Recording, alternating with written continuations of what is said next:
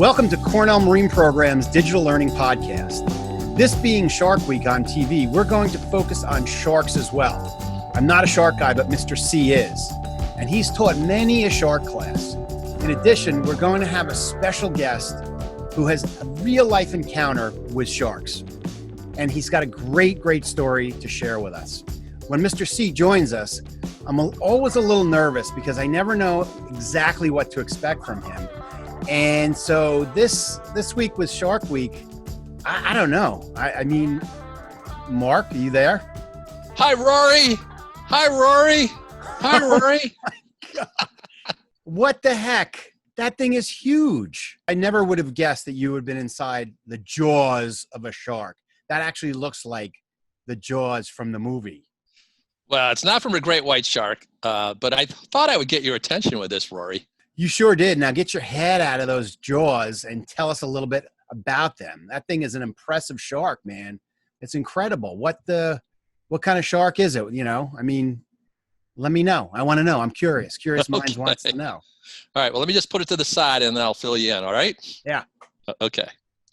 This is actually the jaws of a tiger shark, Rory. Okay. And the story I was told, these sharks actually came from an attic somewhere. Mm-hmm. There was a coworker that's worked with us, and he very generously donated these jaws to us for our education program. They are impressive. My gosh. I mean, what more can you tell us about them? Well, first of all, sharks actually don't have a skeleton that's made out of bone. Right. Their skeleton is actually made of cartilage, just like the material that the end of your nose is made out of, and the ears like on my headset. Right. Yeah. And cartilage obviously is not as strong as bone, but it does make a good skeleton for sharks. And this part that you see right here that I'm holding with my hand here, Mm-hmm. That's actually the cartilage part instead of a bone, like in the human body. Why is the jaws kind of yellow, colored instead of like a regular white bone? Yeah, this is not actually the normal color, of a shark cartilage, the jaw or the skeleton. It's really yellow because I think what happens is they actually put some type of polyurethane on it when it was drying, and that sort of protects it because otherwise it can get actually mold growing on it and actually decompose. So it's kind of preservative they actually, put on the cartilage to protect it. All right. Now, the other thing I noticed too is like the teeth on there. Is that rows of teeth? I mean, it looks like it's the oddest thing. I mean, I've never really seen that before. Yeah, actually, sharks are famous, obviously, for their teeth. They do have these outer layers of teeth. Well, let me show you up here. These are the biting teeth that they use when they're catching their prey. What do they usually eat? Tiger sharks eat almost anything. They're sort of a huge predator. They'll eat, a lot of fish and other things. It looks like a can opener. Could it like open up like crustaceans and stuff like that, like clams and whatnot, or? No, they're not really a shellfish eater. There are like dogfish we have here. They'll eat shellfish on the bottom. Okay. They have sort of like flat teeth, like the molars in the back of your mouth, for crushing things. These are more for cutting and eating large prey. They're sharp then. Chunks of flesh, right. Yeah, and the rows of teeth that you mentioned, so I can show you here on the... right there you go. Yeah. That's a good view, right? Yep. I'm in the head again. What's going on here? So all sharks have these rows, and when these outer teeth wear out, they actually will fall out and they shed their teeth all the time. Okay. So that these other teeth will slide in. So they always have nice sharp teeth. Yeah. And a great white shark, for example, they believe that they may lose up to 30,000 teeth during the course of their lifetime. Now, are all the teeth the same shape? Yes, they're all the same shape. When they're first formed, they're smaller in the back and they get larger as they grow, toward the front. And then when they get to the cutting edge here, they're full size. Do all sharks have that same tooth like look or that type? No, actually, there are other types of sharks. Like if you ever go to an aquarium and you see sometimes live aquariums have what are called sand tigers. Yeah. And they feed more on fish. Like great whites will feed on obviously seals, so they have more of a triangular shaped teeth. And if you see those teeth, they're really long, thin, and pointed, like needle-like. And those teeth are for grabbing onto a fish that's slimy and trying to escape and so kind of holding it so the shark doesn't lose its prey or its food. Do they ever have to go to the dentist? No, there's no shark dentist that I know of. That'd be great for me. I'd never have to go to the dentist then. Yeah, there you go. I mean, we have our baby teeth and our adult teeth. And our adult teeth have to, last our whole lifetime. Yeah, I mean, they would just kind of like fall out, and the next one would come, and you have nice white teeth. I could drink as much coffee as I wanted. There you go. I mean, most people think of sharks obviously in their teeth, but there are sharks. Like, for example, the largest shark in the world is actually called the whale shark. And the second largest shark is the basking shark. They actually have little tiny teeth, and they don't even use them for feeding because they're plankton feeders. And you just open their mouths really, really wide. The water goes in their mouth, and they catch the plankton actually on the inside of their gills. So they have teeth, and they don't even use them. Hey, Rory, I think it's time we got our guest on because he has a very interesting story to tell us about a shark. And, maybe we should do another program another time, about sharks, since they are such great predators and have some really unique adaptations. Let's in the ocean. Let's get him on. All right. Where is he? I don't know. Scott, you there? Mark, where's Scott? I don't know. That's a cool background. It looks like, shark stuff there. Oh, look at that.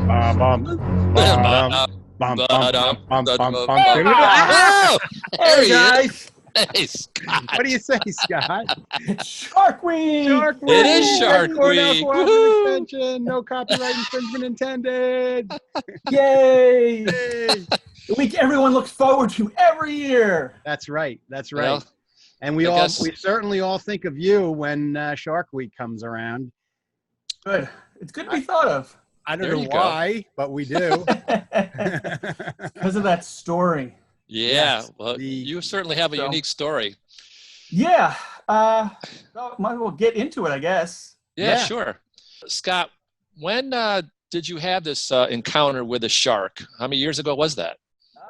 It was 26 years ago, this past April.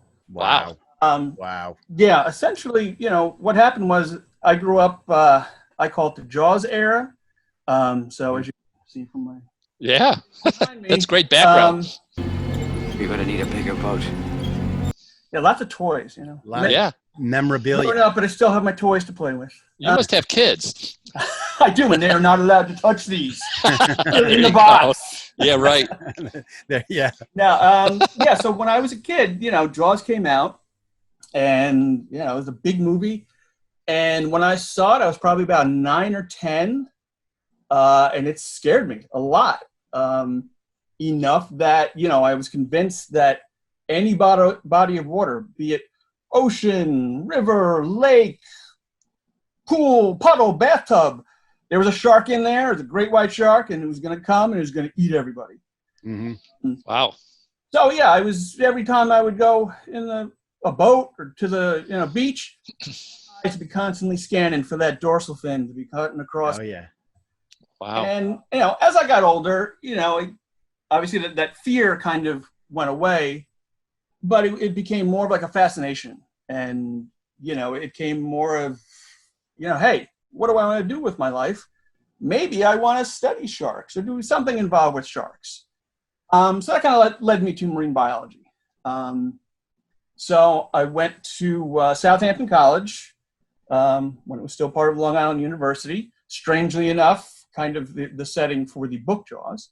That's right. Mm-hmm. The reasons I went to Southampton was they had this special program called Semester, where you lived on a 125-foot schooner sailboat.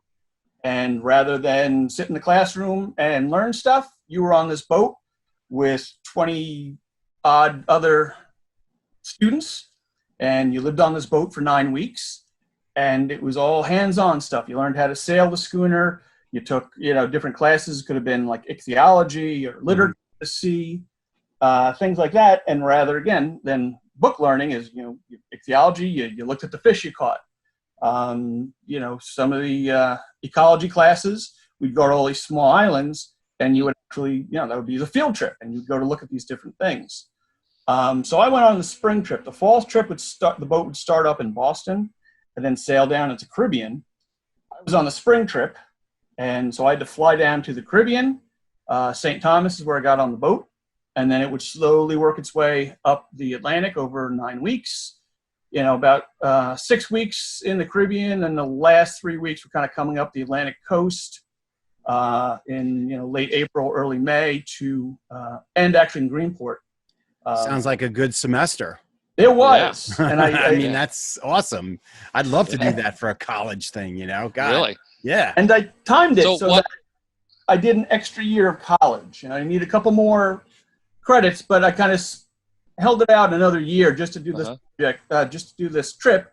So I had some really good friends who were going. So we wanted to all do it together, and we figured, it'd be a great way to end college, be on this trip. So what islands did you actually visit, Scott? We went to, the U.S. Virgin Islands, did, St. Thomas, went to, Puerto Rico, Ponce, went to the French island of Guadeloupe. The only time my high school French came in handy. There you go. Parlez-vous went français? To Dominican Republic, and then, several islands in the Bahama chain. And usually a lot of these were like really small islands. So it seems like that area, isn't that the worst, or not the worst, but the best area for sharks? There's a lot of sharks down there, a lot of them like the temperate area. It's a lot, for people who want to go scuba diving, it's a good place to see them just because of the clarity of the water there. Right. You can have, a bunch of sharks up here, but the water clarity here is as good as it is down there. So it's just a more popular place. And you do have more, diversity, you have reefs down there. So you get diversity of different sharks. So it's a place for so the people to go see them. The trip that you were on, Scott, was the focus on sharks, or was it just on marine biology of the Caribbean? No.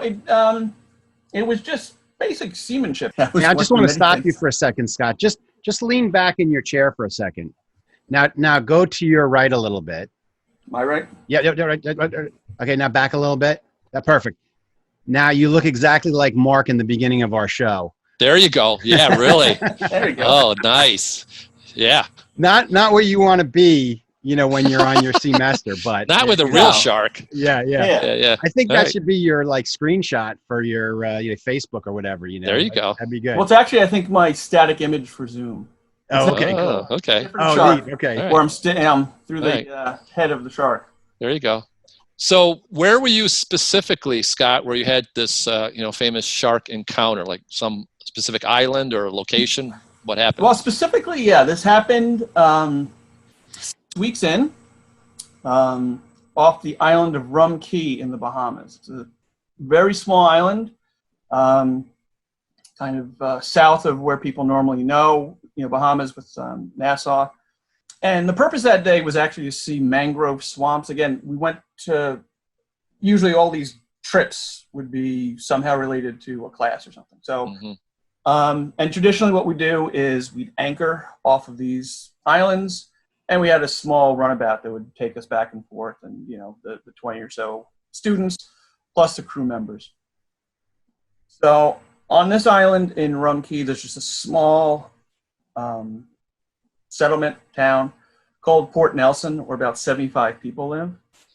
We brought a kayak that day too, which at the time I thought was kind of silly because we've got 20-something people are going to be going through the water. Like, not everyone's going to be using the kayak. Like, why are we humping this thing, over the water? And then once we got to, Port Nelson, we had to walk quite a ways to get into this body of water when we're looking at mangrove trees.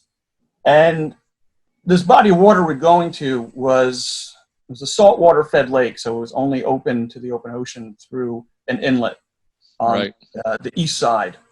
So was there a tidal fluctuation there, Scott? There was very tidal, and that was again one of the the stories or things that you do. It was called suicide sluice. So that's the stories you heard about people who had gone other times. Is that depending on the tide, the water would just be racing through there, and sometimes it was a nice little ride, and sometimes it wasn't. So hopefully we're going to get into there, but and it was stories everyone brought back. Is you had to go on suicide sluice on Rum Cay. Been walking maybe for about a half hour. In the water, and the water is only mid-thigh, I remember being very rocky, so I'd kind of taken off my sneakers. That's all I had. I had a pair of old Nikes? Converse, black high tops, tied them together, had them slung over my shoulder. And everyone else is to my left. So clear water over to my right. And I was talking to my friend Lauren. And then, mid-sentence from a distance from about, 4 feet, I heard the rush of water. And by the time I looked, I saw the 2-3 foot shark coming right at me. Wow. And, it just felt the impact. And like when I do my my story, usually with kids, it felt like a Major League Baseball player. So, over the years, it's, gone from Mark McGwire to, Aaron Judge, Aaron taking Judge. a full-on swing and hitting my right leg. Wow. Oh, boy. And because it happened so quick, it hit my leg, it drew my right leg back, and I had all my weight on my left leg, but then because it was so shallow, it kicked up all this silt in front of me. Mm-hmm. I'm looking down into the water going, what happened, even though I know I saw the shark. But in all that confusion, my brain is still trying to process everything. And my leg kind of feels a little weird. Did I walk into something? Did I really see a shark? And then while I'm trying to process all that, someone's like, oh my God, there's a lot of blood in the water. Mm. And, I kind of reached down, and where I knew I should have been touching my leg, where I kind of felt like, things don't feel right. I was like, all right, I'm not really feeling anything. So, all right, this is good. Something's going on. Yeah. Yeah. Wow. So a lot of things happened very quickly that, helped me a lot. So were there people that had first aid there? Or? There was actually no first aid, which is what we came to find out. Probably wish there was a first aid kit in that doggone kayak, right? No, that was the first thing, was that, it was a good thing that kayak was there. Yeah, right. The first thing that happened was one of the guys on the trip was a former Eagle Scout. Ah. So he kind of, went right into emergency mode and just asked for T-shirts, and just, without even seeing it, just kind of like, said, all right, wear that's around my leg. So I just kept piling T-shirts on top of my leg. And at that point, they brought the kayak over. Good thing they had the kayak. Yeah. Get on the kayak and started to drag me across the water. The ship didn't have a medical officer, but he was actually on the boat at the time. So did they bring you back to the boat, or? Well, what happened was the second mate of the boat ran back into that town of Port Nelson to try to. How far of a run was it? Do you know? I mean, it took us at least half hour to get there by walk. Okay. And you're in water, so it's a little slower. So right. It was rather quick. I mean, They did get me. I was out of the water by the time the vehicle they eventually found did come and get me. Right. So when they did get me to the edge of the water, and still no help had arrived yet, everyone kind of like grabbed arms together, holding hands, and just put me on top and carried me. Carried you. What were you thinking at the time in this situation? Like, what was going through your head, trying to say, "Oh my gosh, I just got bit by a shark, and I'm a million miles away from nowhere." That goes through your head, and it's amazing what kind of goes through your head in those moments. Yeah. So yeah, my first thing was like, oh my God, got bit by a shark. Fleeting thing, like, I don't know how bad this is. Am I going to lose a leg? But quickly, that's just, I dismissed that. Like, no, I don't want to go there. And then I was like, well, like I said, I did an extra year of college to do this. Right. Plus, I had also heard that there was a kind of a matriarch of this island who was going to prepare us like this really huge feast. So I was like, okay, just put a Band-Aid on this, Yeah, I want the feast. I want to actually eat, have some food instead of the deck of the food we have on the boat. Right. Yeah. And then, I can see, people are getting concerned.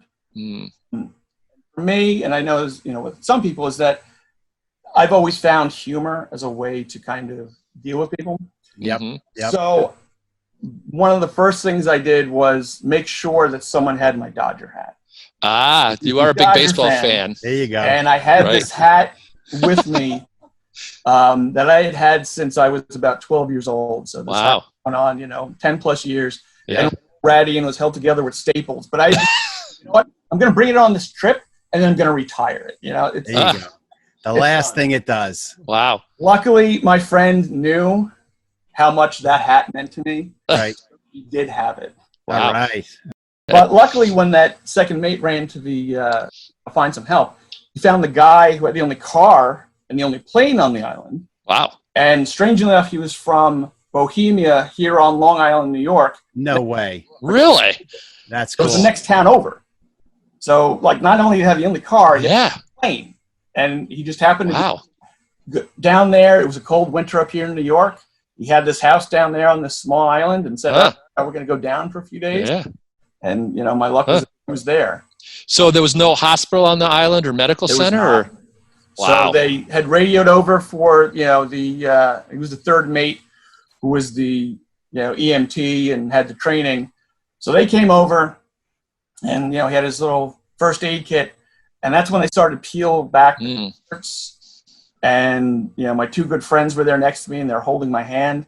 Yeah. As soon as I got to the last, you know, layer, they just both like turned their heads and saw the tears. So I'm like, all right, this isn't good. So yeah, so this guy then flew me to the nearest doctor's facility, which is on Long Island, Bahamas. So it was about a 30-minute plane ride. You said Long Island, Bahamas. Correct. Wow, yeah. What a coincidence. I know, all these things. Yeah. So luckily, and well, in all the panic to get me there, I guess he didn't really have time to do a pre-flight check. So he apparently landed with only one set of brakes. So I was down fine, and I got to the cliff. Your lucky day, Scott. I know. I should have played lottery that day. Yeah. That's right. That's right. Wow. So the doctor facility looked at my leg and said, yeah, this is pretty bad. Well, you know, we can give you a painkiller. You need to get a flight to Nassau, you know, the place most people go or think of when they think of the Bahamas. Right. So I had to find another plane to take me to Nassau since, you know, the one gentleman's was not really in flying shape. With good brakes. So, yeah. So, you know, my friend Lauren and the one professor had accompanied me on the first flight. And then the professor was the only one that, you know, continued on with me. Wow. So, yeah, the worst of it was about 5 hours after I got bit that I finally stitched up. Yeah. Wow. So from when you got bit to the time you got to Nassau was 5 hours. Correct. That's quite a long time. Yeah. You know what these are? I don't know. You're signaling us something, drumsticks. Rory. I'm going to do a drum roll because you know what we haven't heard? Oh, yeah. What kind of shark did I can't hear the drum roll. You got to do it louder, Rory. Boom. It's electronic, so I can't. Do it on your desk. I'll do it on the mic. On the speaker. Well, I can make it sound really cool and say it was a baby white shark. I think my own research for what it is a lemon shark. Okay. The reason being is that those people that live on that island, Rum Key, that, you know, those 75 people don't go into that body of water because they know the lemon sharks use it as a breeding ground. This gets back to that, you know, the field trip of looking at mangroves, which, you know, the roots of the mangroves, both, you know, outside and inside the water, provide great habitat for both terrestrial and aquatic animals. And lemon sharks use the mangroves as protection, especially for the young. Also, due to that inlet, is they figure probably that the adults come in there and use that inlet as a way to naturally keep out larger predators from constantly coming in and, you know, snacking on the juveniles. So it gives the juveniles a chance to grow. So my own theory is what happened here was that, again, with all these rocky outcroppings they had here, is that it was probably, you know, a mile about 3 feet, that not used to people going through its backyard. You know, people who live in this island don't go through there. Here's 25 people walking through its backyard. It's probably pretty scared. So it probably tried to, like, it's all right, I'm out of here. I'm going to go. Maybe I unwillingly trapped it so that it couldn't escape where it needed to go. And then just any animal that feels cornered and maybe feels threatened, its only recourse was to turn around and bite, because it was just a single bite. It wasn't like it wasn't like because I've heard that the sharks will do like a taste test, like a taste bite. Sometimes, depending on what it is, and that's, you know, usually use a larger predators because they're looking for something bigger. Again, I think in my case, I wasn't being mistaken for food. I think it was, in my opinion, I think it was totally a defensive move on the shark by the shark that it just, Right. Okay. Right. So Scott, what else would you like people to know about sharks and is there any like organization that you give money to, or is there any other like last minute closing sort of comments on sharks and what happened to you? Not so much what happened to me, but just, I love talking about sharks. Mr. C loves talking about sharks. We've got a lot of educators at Cornell that could equally gush about sharks. And that's one of the things is that, over the years, I've been able to go to all the different locations we have. Just about every location we have has a Shark Week. And I love that, in all these different areas, these kids are still very much interested in it and they still love hearing about them. And I like that it's changed. For the most part, I've seen that change from when I was a kid. Because I wasn't the only one that thought that, sharks were just these mindless eating machines. Right. Out there to, just eat and, kill people. Just looking for the next meal. The kids of today are much better educated. I'd like being able to add to that education. Right. It's good because, if a lot of kids ask a lot of different questions about this. And again, my experience wasn't so bad. But at least I can, I can be honest and say, yeah, it did hurt. I'm not gonna lie, it hurt. And, I have feeling on that side of the leg. But again, I know people who've had it worse. Right. So but again, just seeing all these different, each year, this year's been a little bit different. Our educational facilities usually has at least one Shark Week. For the camp kids. Good with having me as a guest year after year with these kids. To talk to them. These kids have been there every year. And, I still love talking to them. And I love seeing that they're interested and that this, it's kind of changed this mindset about what sharks are.